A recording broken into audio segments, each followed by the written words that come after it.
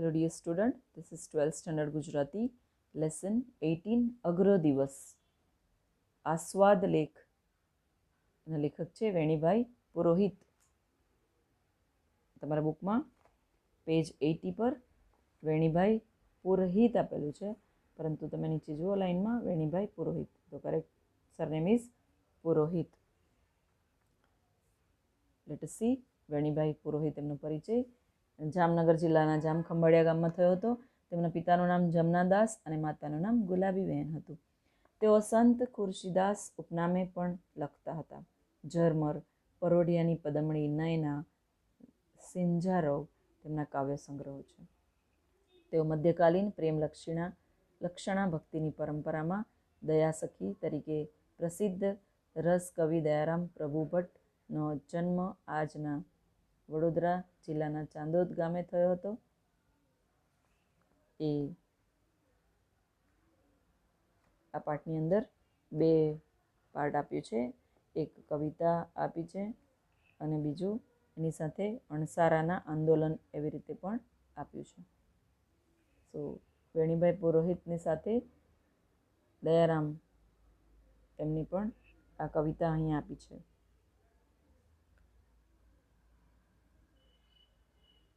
દયારામના કૃષ્ણ ભક્તિના પદની વિશેષતા અહીં સમજાવી છે. અઘરો દિવસ પદનો કવિ વેણીભાઈ પુરોહિત અહીં આસ્વાદ કરાવે છે.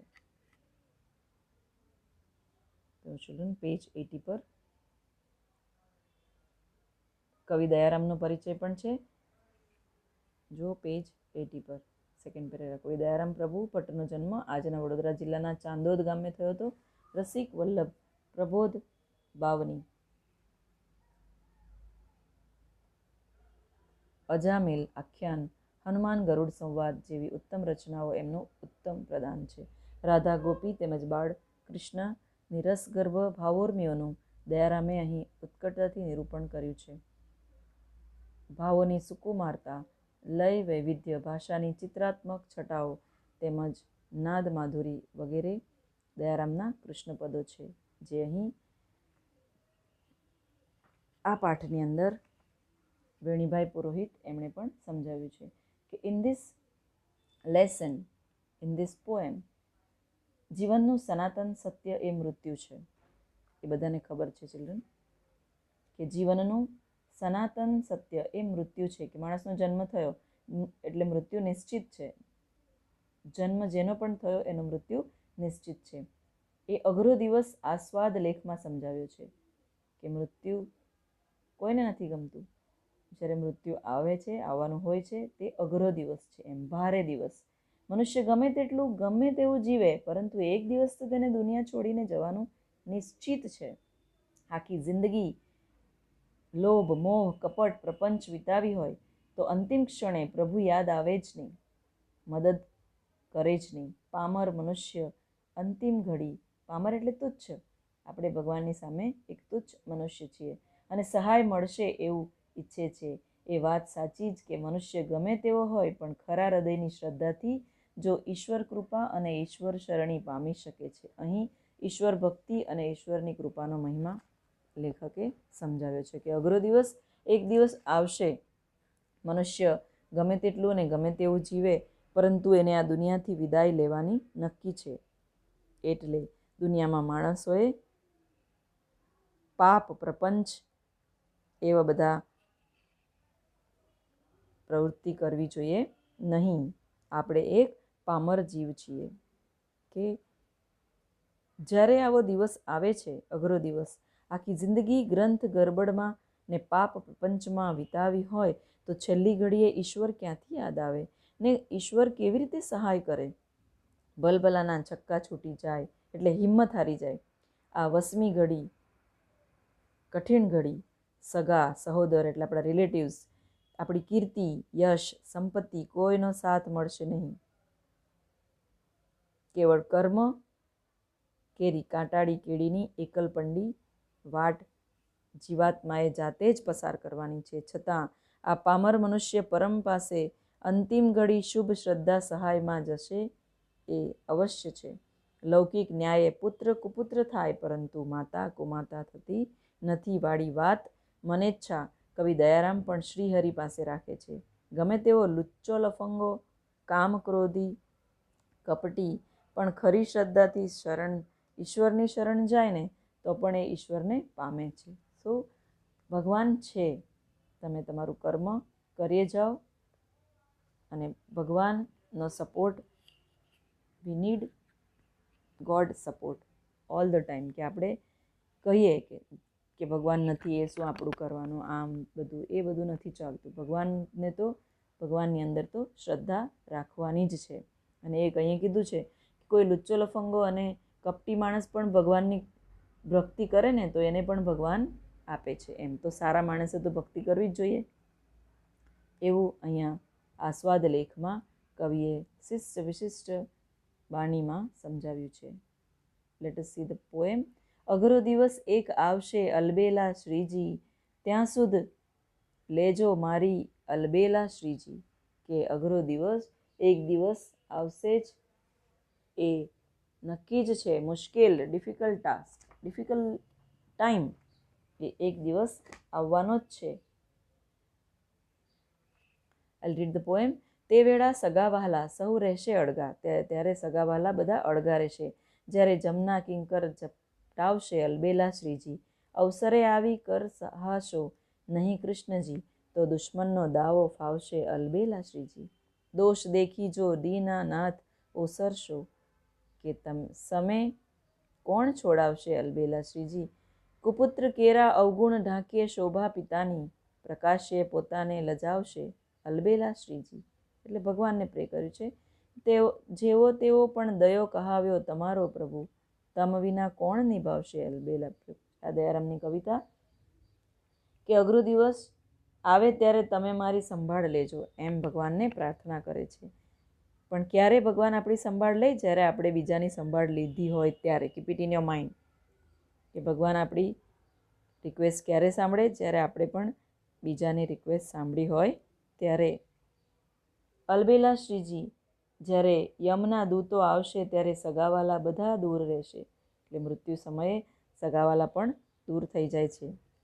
એન્ડ ધીસ કોરોના કાળ, COVID-19, આપણે જોયું કે દુઃખદ આ સત્ય છે, દુઃખદ ઘડી કે આની અંદર કોરોના જેને થયો હતો એને મૃત્યુ પછી પોતાના સગાવાલાને પણ એમના નજીક જવા દીધા નહીં, ઇન્ફેક્શન થઈ જાય એટલા માટે. તો જ્યારે પણ મૃત્યુ આવે છે ત્યારે કોઈ સાથ આપતો નથી. તો બેટર કે આપણે સારા કર્મો કરીએ. આવે સમયે તો તમે સહાય નહીં કરો તો દુશ્મનની યુક્તિ સફળ થશે. મારી ભૂલો જોઈને પાછા ન હટશો, પણ મારી સહાય કરજો. એટલે હે પ્રભુ, તું મને સહાય કરજે મારી વિકટ પરિસ્થિતિમાં પણ. પિતા હંમેશા કુપુત્રોના અવગુણ ઢાંકે છે, તેમ તમે પણ મારા અવગુણ સામે ન જોજો. કે સમટાઈમ્સ પોતાના દીકરાના અવગુણ પિતા બીજાને કહેતા નથી, તેમ હું પણ તમારો પુત્ર છું પ્રભુ. પરમપિતા ઈશ્વર છે, આપણા પિતા છે. જેવો છું હું તેવો તમારો છું, તમારા વિના કોઈ મને નિભાવશે નહીં. તો હે પ્રભુ, તમે મને સહાય કરો, ગમે તેવી પરિસ્થિતિમાં પણ મને સહાય કરો. અને ખાસ કરીને મારી વિકટ પરિસ્થિતિમાં પણ તમે મને સહાય કરો. આ વિકટ પરિસ્થિતિ, કઠિન પરિસ્થિતિમાં સહાય તમે કરો, એમ ઈશ્વરને રિક્વેસ્ટ કરે છે, ઈશ્વરને ભક્તિ કરે છે. કે મૃત્યુનો દિવસ આવશે, યમના દૂત પ્રાણ લેવા આવશે, પરંતુ ત્યારે ધન સંપત્તિ, વૈભવ, વિલાસ, આ બધું ઠાટ માટ, સગા વહાલા, સ્વજન, કોઈ સાથ છોડીને બધા જતા રહેશે, કોઈ સાથ આપશે નહીં. કવિને વધારે જીવવું છે. જો આવા સમયે પ્રભુ તમને સાથ નહીં આપે તો શત્રુઓ પોતાની યુક્તિમાં સફળ થશે અને યમના દૂતો, યમરાજ મારા પ્રાણ હરી લેશે. માટે કવિને મૃત્યુનો દિવસ કેવો લાગે છે? અઘરો લાગે છે. તો ડિયર ચિલ્ડ્રન, એક સવાલ એવો છે કે કયો દિવસ અઘરો લાગે છે? મૃત્યુનો દિવસ. સો એ તો એક દિવસ આવવાનો જ છે. કવિ દયારામ દુલો આદમી હતો, અને દુલારો ભક્ત હતો. ઓછવ્યો ઉદ્ગાતા હતો. તેમની રચનાઓમાં રસિક જનનું માધુર્ય છે. રાધા અને કૃષ્ણનો શૃંગાર તેણે ભાવલાલિત્યથી લડાવ્યો. તેની બાનીમાં હવેલી સંગીતનો હિંચકો છે, અને છતાં તે પોતાની ગરબીઓ જેટલી જ ગરવાઈથી માયામાં ફસેલા જીવનને ઢંઢોળવા આધ્યાત્મિક આલબેલ પુકારે છે. દયારામનું જીવન નિરાધાર દશામાંથી જગદાધાર સુધી પહોંચ્યું છે. સાંસારિક નિરાધારપણું અને આધ્યાત્મિક નિજાનંદપણું તેના જીવન અને કવનને મહોરાવી ગયું. તેણે તેથી જ ગાયું છે કે એક વર્યો ગોપીજન વલ્લભ, નહીં સ્વામી બીજો. ગોપી ભાવના તેના ગીતો, પેજ 81 પર આવો. તેના ગીતોમાં આ પુષ્ટિ માર્ગીય મરજાદી માણસના માર્મિક મરકલના રોમાંચ જગાડે છે કે ઈશ્વર ભક્તિ તમારે નક્કી કરવી જ જોઈએ. ઈશ્વર તમને હંમેશા સહાય કરે જ. ઈશ્વર પ્રેમી કવિ દયારામ. તેના જીવનના રાજસી પ્રકૃતિનો રંગ અને સાત્વિક પ્રકૃતિનો સંગ છે. તેના કવનમાં પણ આ બંનેનો સંગમ છે, અને તેથી જ તેને કહ્યું છે કે નિશ્ચયના મહેલમાં વસે મારો વહાલો, માનવીના નકટા લોભી લાલચુ અને ચંચલ મનને પારખી ગયો છે. અને તેથી કહ્યું છે કે મારું ઢણકતું ઢોર ઢણકે છે બહુ નગરમાં, સીમ ખેતર ખડું કંઈ ન મૂકે. પછી મનને કહે છે, હે મનવા શ્રી હરિ શરણે રહેજે, અવર ઉપાય નથી કાંઈ બીજો. કૃષ્ણ કૃષ્ણ મુખે કહેજો જય શ્રી કૃષ્ણ. એટલે ભગવાનની પ્રાર્થના કરવી જોઈએ. જીવનની યાત્રા અને યાત્રાનું જીવન બંને તેણે માણ્યા છે, અને તેમાંથી તેણે પોતાનું કથન અને કવન મઠાર્યા છે. તો મીરાબાઈ અને નરસિંહ મહેતાની જેમ કવિ દયારામ પણ કૃષ્ણના ભક્ત છે. હે મનવા શ્રીહરિ શરણે રહેજે, અવર ઉપાય નથી બીજો. લાગણીનો લાડ લડાવી જાણનાર, ઈશ્વરના લાડ ઘેલો બની શકનાર, વર્ણાંગી વાડીના ટહુકા રમાડનાર દયારામ કોઈ એક ક્ષણે પોતાના જીવનયાત્રાનો મુકામ આવી ગયો છે એવો અણસાર પામ્યો હશે ત્યારે લખાયેલી એક કૃતિ અહીં લીધી છે કે મૃત્યુના દિવસને તેણે દયારામ જ કહી શકે એમ, કેમ કે અઘરો દિવસ કહ્યો છે મૃત્યુના દિવસને. એમણે ભગવાન શ્રી કૃષ્ણના શરણનું રટણ તેણે આ પદમાં રમતું મૂક્યું છે. ઘણીવાર કોઈની ડેથ થઈ હોય ત્યારે પણ, અને આમ તો ભગવાનનું રટણ હંમેશા કરવું જ જોઈએ. તો શ્રી કૃષ્ણ માટેનું જે એક મંત્ર એ શ્રી કૃષ્ણ શરણમ મમ, શ્રી કૃષ્ણ શરણમ મમ એનું રટણ કરવામાં આવે છે. કવિ નર્મદ પણ અંત ઘડીનો અણસારનો પામી ગઈ એવા રસિકડા નવ કરશો કાંઈ શોક. ઈષ્ટદેવ કૃષ્ણને કવિ કહે છે કે હવે જો તમે શરણ નહીં આપો તો શત્રુઓને રાજી થવાનો અને ચેષ્ટા કરવાનો વારો આવશે, કે તમે શરણ આપી દો. હવે શત્રુઓ કહેશે આખું આયખું તો કૃષ્ણ કૃષ્ણ કરનાર અંત ઘડીએ પ્રભુને ઉપેક્ષા કરી. કે કેમ ભગવાનને રિક્વેસ્ટ કરે છે કવિ કે મારા જેવા માણસે આખું જીવન તમારું રટણ કર્યું છે હે પ્રભુ, અને હવે તમે મારા મૃત્યુની ઘડીએ જો તમે મને શરણ નહીં આપશો તો શત્રુઓ મારી હાંસી ઉડાવશે. કહેશે કે આખું જીવન તે કૃષ્ણ કૃષ્ણ કર્યું, જોયું ભગવાન ભગવાન કર્યું, પણ ભગવાને તને શરણ ન આપી, પ્રભુ તારી ઉપેક્ષા કરે છે. કવિ પોતે જાણે છે કે જીવનમાં ભક્ત તરીકે ભાવપૂર્વક ભક્તિ કરી છે.